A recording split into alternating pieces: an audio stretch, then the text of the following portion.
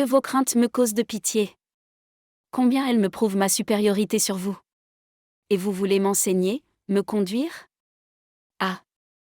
Mon pauvre Valmont, quelle distance il y a encore de vous à moi.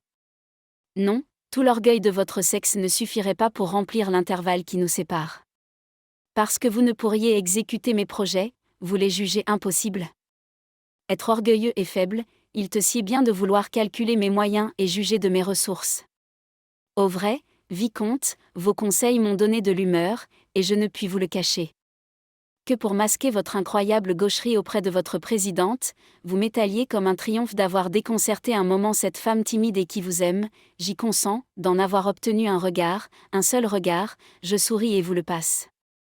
Que sentant, malgré vous, le peu de valeur de votre conduite, vous espériez la dérober à mon attention, en me flattant de l'effort sublime de rapprocher deux enfants qui, tous deux, brûlent de se voir, et qui, soit dit en passant, doivent à moi seul l'ardeur de ce désir, je le veux bien encore. Que enfin vous vous autorisiez de ces actions d'éclat, pour me dire d'un ton doctoral, qu'il vaut mieux employer son temps à exécuter ses projets qu'à les raconter, cette vanité ne me nuit pas, et je la pardonne. Mais que vous puissiez croire que j'ai besoin de votre prudence, que je m'égarerai en ne déférant pas à vos avis, que je dois leur sacrifier un plaisir, une fantaisie. En vérité, vicomte, c'est aussi vous trop enorgueillir de la confiance que je veux bien avoir en vous. Et qu'avez-vous donc fait, que je n'ai surpassé 1000 fois? Vous avez séduit, perdu même beaucoup de femmes, mais quelles difficultés avez-vous eu à vaincre? Quels obstacles à surmonter? Où est là le mérite qui soit véritablement à vous? Une belle figure, pur effet du hasard, des grâces, que l'usage donne presque toujours, de l'esprit à la vérité, mais auquel du jargon suppléerait au besoin, une impudence assez louable, mais peut-être uniquement due à la facilité de vos premiers succès, si je ne me trompe, voilà tous vos moyens. Car pour la célébrité que vous avez pu acquérir, vous n'exigerez pas, je crois, que je compte pour beaucoup l'art de faire naître ou de saisir l'occasion d'un scandale. Quant à la prudence, à la finesse, je ne parle pas de moi, mais quelle femme n'en aurait pas plus que vous? Et votre présidente vous mène comme un enfant. Croyez-moi, vicomte, on acquiert rarement les qualités dont on peut se passer. Combattant sans risque, vous devez agir sans précaution. En effet, pour vous autres hommes, les défaites ne sont que des succès de moins. Dans cette partie si inégale, notre fortune est de ne pas perdre, et votre malheur de ne pas gagner. Quand je vous accorderai autant de talent qu'à nous, de combien encore ne devrions-nous pas vous surpasser, par la nécessité où nous sommes d'en faire un continuel usage? Supposons, j'y consens, que vous mettiez autant d'adresse à nous vaincre que nous à nous défendre ou à céder, vous conviendrez au moins qu'elle vous devient inutile après le succès. Uniquement occupé de votre nouveau goût, vous vous y livrez sans crainte, sans réserve, ce n'est pas à vous que sa durée importe. En effet, ces liens réciproquement donnés et reçus, pour parler le jargon de l'amour, vous seul pouvez, à votre choix, les resserrer ou les rompre, heureux encore, si dans votre légèreté, préférant le mystère à l'éclat, vous vous contentez d'un abandon humiliant, et ne faites pas de l'idole de la veille la victime du lendemain. Mais qu'une femme infortunée sente la première le poids de sa chaîne, quel risque n'a-t-elle pas à courir, si elle tente de s'y soustraire, si elle ose seulement la soulever? Ce n'est qu'en tremblant qu'elle essaie d'éloigner d'elle l'homme que son cœur repousse avec effort. S'obstine-t-il à rester, ce qu'elle accordait à l'amour, il faut le livrer à la crainte. Ses bras s'ouvrent encore quand son cœur est fermé. Sa prudence doit dénouer avec adresse ces mêmes liens que vous auriez rompus. À la merci de son ennemi, elle est sans ressources, s'il est sans générosité, et comment en espérer de lui, lorsque, si quelquefois on le loue d'en avoir, jamais pourtant on ne le blâme d'en manquer? Sans doute vous ne nierez pas ces vérités que leur évidence a rendues triviales. Si cependant vous m'avez vu, disposant des événements et des opinions, faire de ces hommes si redoutables les jouets de mes caprices ou de mes fantaisies, ôter aux uns la volonté de me nuire, aux autres la puissance de me nuire, si j'ai su tour à tour, et suivant mes goûts mobiles, attacher à ma suite ou rejeter loin de moi ces tyrans détrônés devenus mes esclaves? Si, au milieu de ces révolutions fréquentes, ma réputation s'est pourtant conservée pure, n'avez-vous pas dû en conclure que, né pour venger mon sexe et maîtriser le vôtre, j'avais su me créer des moyens inconnus jusqu'à moi? Ah! Gardez vos conseils et vos craintes pour ces femmes à délire, et qui se disent à sentiments, dont l'imagination exaltée ferait croire que la nature a placé leur sens dans leur tête, qui n'ayant jamais réfléchi, confondent sans cesse l'amour et l'amant, qui, dans leur folle illusion, croient que celui-là seul avec qui elles ont cherché le plaisir en est l'unique dépositaire, et, vraies superstitieuses, ont pour le prêtre le respect et la foi qui ne sont dus qu'à la divinité. Craignez encore pour celles qui, plus vaines que prudentes, ne savent pas au besoin consentir à se faire quitter. Tremblez surtout pour ces femmes actives dans leur oisiveté, que vous nommez sensibles, et dont l'amour s'empare si facilement et avec tant de puissance, qui sentent le besoin de s'en occuper encore, même lorsqu'elles n'en jouissent pas, et s'abandonnant sans réserve à la fermentation de leurs idées, enfantent par elles ces lettres si douces, mais si dangereuses à écrire, et ne craignent pas de confier ces preuves de leur faiblesse à l'objet qui les cause, imprudentes, qui dans leur amant actuel ne savent pas voir leur ennemi futur. Mais moi, qu'ai-je de commun avec ces femmes inconsidérées ? Quand m'avez-vous vu m'écarter des règles que je me suis prescrites, et manquer à mes principes ? Je dis mes principes, et je le dis à dessein, car ils ne sont pas, comme ceux des autres femmes, donnés au hasard, reçus sans examen et suivis par habitude, ils sont le fruit de mes profondes réflexions, je les ai créés, et je puis dire que je suis mon ouvrage. Entré dans le monde dans le temps où, fille encore, j'étais vouée par état au silence et à l'inaction, j'ai su en profiter pour observer et réfléchir. Tandis qu'on me croyait étourdie ou distraite, écoutant peu à la vérité les discours qu'on s'empressait de me tenir, je recueillais avec soin ceux qu'on cherchait à me cacher. Cette utile curiosité, en servant à m'instruire, m'apprit encore à dissimuler, forcé souvent de cacher les objets de mon attention aux yeux qui m'entouraient, j'essayais de guider les miens à mon gré, j'obtins dès lors de prendre à volonté ce regard distrait que vous avez loué si souvent. Encouragé par ce premier succès, je tâchais de régler de même les divers mouvements de ma figure. Ressentais-je quelque chagrin, je m'étudiais à prendre l'air de la sérénité, même celui de la joie, j'ai porté le zèle jusqu'à me causer des douleurs volontaires, pour chercher pendant ce temps l'expression du plaisir. Je me suis travaillé avec le même soin et plus de peine, pour réprimer les symptômes d'une joie inattendue. C'est ainsi que j'ai su prendre sur ma physionomie, cette puissance dont je vous ai vu quelquefois si étonné. J'étais bien jeune encore, et presque sans intérêt, mais je n'avais à moi que ma pensée, et je m'indignais qu'on pût me la ravir ou me la surprendre contre ma volonté. Munie de ces premières armes, j'en essayai l'usage, non contente de ne plus me laisser pénétrer, je m'amusais à me montrer sous des formes différentes, sur de mes gestes, j'observais mes discours, je réglais les uns et les autres, suivant les circonstances, ou même seulement suivant mes fantaisies, dès ce moment. Ma façon de penser fut pour moi seule, et je ne montrai plus que celle qu'il m'était utile de laisser voir. Ce travail sur moi-même avait fixé mon attention sur l'expression des figures et le caractère des physionomies, et j'y gagnai ce coup d'œil pénétrant, auquel l'expérience m'a pourtant appris à ne pas me fier entièrement, mais qui, en tout, m'a rarement trompé. Je n'avais pas 15 ans, je possédais déjà les talents auxquels la plus grande partie de nos politiques doivent leur réputation, et je ne me trouvais encore qu'aux premiers éléments de la science que je voulais acquérir. Vous jugez bien que, comme toutes les jeunes filles, je cherchais à deviner l'amour et ses plaisirs, mais n'ayant jamais été au couvent, n'ayant point de bonne amie, et surveillée par une mère vigilante, je n'avais que des idées vagues et que je ne pouvais fixer, la nature même, dont assurément je n'ai eu qu'à me louer depuis, ne me donnait encore aucun indice. On eût dit qu'elle travaillait en silence à perfectionner son ouvrage. Ma tête seule fermentait, je n'avais pas l'idée de jouir, je voulais savoir, le désir de m'instruire m'en suggéra les moyens. Je sentis que le seul homme avec qui je pouvais parler sur cet objet sans me compromettre, était mon confesseur. Aussitôt je pris mon parti, je surmontai ma petite honte, et me vantant d'une faute que je n'avais pas commise, je m'accusai d'avoir fait tout ce que font les femmes. Ce fut mon expression, mais en parlant ainsi, je ne savais, en vérité, quelle idée j'exprimais. Mon espoir ne fut ni tout à fait trompé, ni entièrement rempli, la crainte de me trahir m'empêchait de m'éclairer, mais le bon père me fit le mal si grand, que j'en conclus que le plaisir devait être extrême, et au désir de le connaître, succéda celui de le goûter. Je ne sais où ce désir m'aurait conduite, et alors dénuée d'expérience, peut-être une seule occasion m'eût perdue. Heureusement pour moi, ma mère m'annonça peu de jours après que j'allais me marier, sur-le-champ la certitude de savoir éteigni ma curiosité, et j'arrivai vierge entre les bras de monsieur de Merteuil. J'attendais avec sécurité le moment qui devait m'instruire, et j'eus besoin de réflexion pour montrer de l'embarras et de la crainte. Cette première nuit, dont on se fait pour l'ordinaire une idée si cruelle ou si douce, ne me présentait qu'une occasion d'expérience, douleur et plaisir, j'observai tout exactement, et ne voyais dans ces diverses sensations que des faits à recueillir et à méditer. Ce genre d'étude parvint bientôt à me plaire, mais fidèle à mes principes, et sentant, peut-être par instinct, que nul ne devait être plus loin de ma confiance que mon mari, je résolus, par cela seul que j'étais sensible, de me montrer impassible à ses yeux.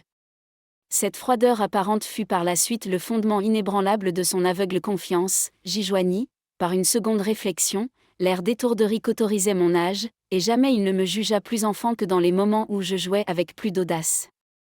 Cependant, je l'avouerai, je me laissai d'abord entraîner par le tourbillon du monde, et me livrai tout entière à ses distractions futiles.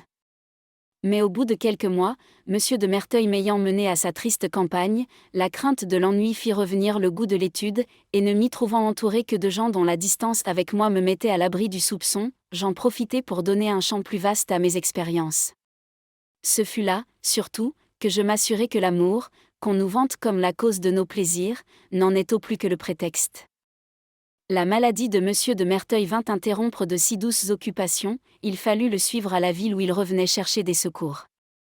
Il mourut, comme vous savez, peu de temps après, et quoique à tout prendre, je n'eusse pas à me plaindre de lui, je n'en sentis pas moins vivement le prix de la liberté qu'allait me donner mon veuvage, et je me promis bien d'en profiter. Ma mère comptait que j'entrerais au couvent, ou reviendrais vivre avec elle. Je refusai l'un et l'autre parti, et tout ce que j'accordai à la décence, fut de retourner dans cette même campagne, où il me restait bien encore quelques observations à faire. Je les fortifiai par le secours de la lecture, mais ne croyez pas qu'elle fût toute du genre que vous supposez. J'étudiai nos mœurs dans les romans, nos opinions dans les philosophes, je cherchai même dans les moralistes les plus sévères ce qu'ils exigeaient de nous, et je m'assurai ainsi de ce qu'on pouvait faire, de ce qu'on devait penser, et de ce qu'il fallait paraître. Une fois fixé sur ces trois objets, le dernier seul présentait quelques difficultés dans son exécution, j'espérais les vaincre, et j'en méditais les moyens. Je commençais à m'ennuyer de mes plaisirs rustiques, trop peu variés pour ma tête active, je sentais un besoin de coquetterie qui me raccommoda avec l'amour, non pour le ressentir à la vérité, mais pour l'inspirer et le feindre. En vain m'avait-on dit, et avais-je lu qu'on ne pouvait feindre ce sentiment, je voyais pourtant que, pour y parvenir, il suffisait de joindre à l'esprit d'un auteur, le talent d'un comédien. Je m'exerçai dans les deux genres, et peut-être avec quelque succès, mais au lieu de rechercher les vains applaudissements du théâtre, je résolus d'employer à mon bonheur ce que tant d'autres sacrifiaient à la vanité. Un an se passa dans ces occupations différentes. Mon deuil me permettant alors de reparaître, je revins à la ville avec mes grands projets, je ne m'attendais pas au premier obstacle que j'y rencontrai.